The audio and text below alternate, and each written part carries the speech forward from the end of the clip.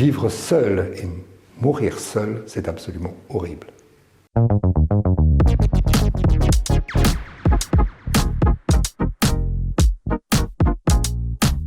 80% des Français disent qu'ils préfèrent vieillir à la maison. Parce que la maison, c'est un lieu qui est un lieu chéri, c'est un lieu qu'ils ont construit, c'est un lieu où ils ont été tous ensemble avec toute leur famille, où toutes les valeurs sont là. Et donc, c'est là où ils préféreraient mourir. Je ne sais pas.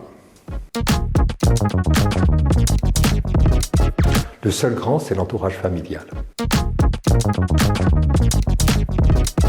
Ce n'est pas un problème d'aidant ou d'accompagnant, c'est un problème de la personne vieillissante. Ça dépend de sa trajectoire de vie.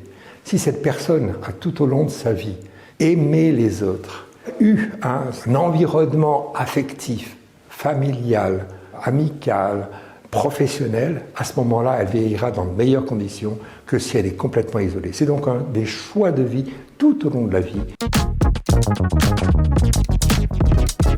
Les thèmes majeurs du livre blanc que nous avons produit tous ensemble, après ces 4 heures de séance, c'est en fait que, premièrement, chacun est responsable de son propre vieillissement, ou acteur de son propre vieillissement. Deuxièmement, que l'entourage familial, amical, professionnel est extrêmement important.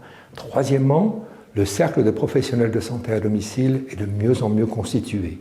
Un des gros problèmes qui se posent actuellement, c'est le lien entre les soignants professionnels et les soignants, les accompagnants non professionnels.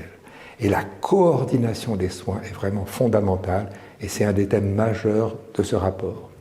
Et enfin, pour terminer, il est évident que derrière, il y a des problèmes financiers qui existent et malgré toutes les aides que l'État peut apporter, il y a toujours un reste à charge pour les familles qui est considérable.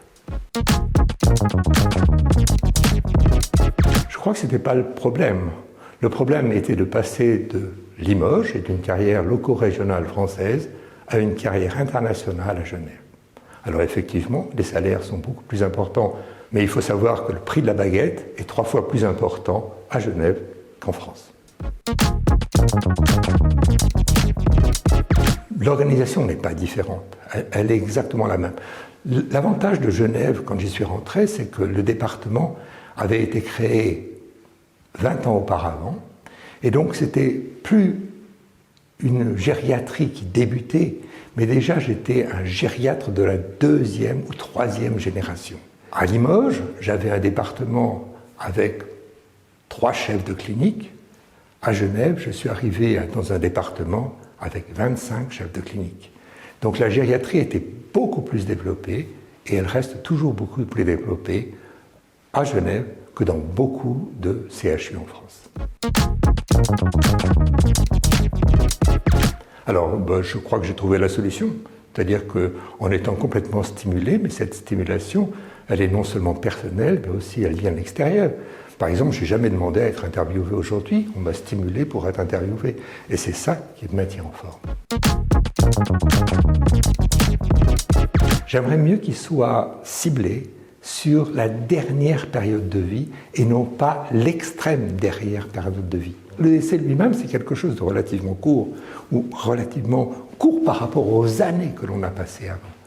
Et je pense que c'est un débat extrêmement important.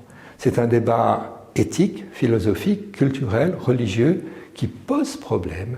Et il n'y a pas une solution, mais certainement plusieurs solutions adéquates. Plus le fromage que le chocolat. Le vieillissement est quelque chose de tout à fait personnel et on doit rester les acteurs de notre propre vieillissement.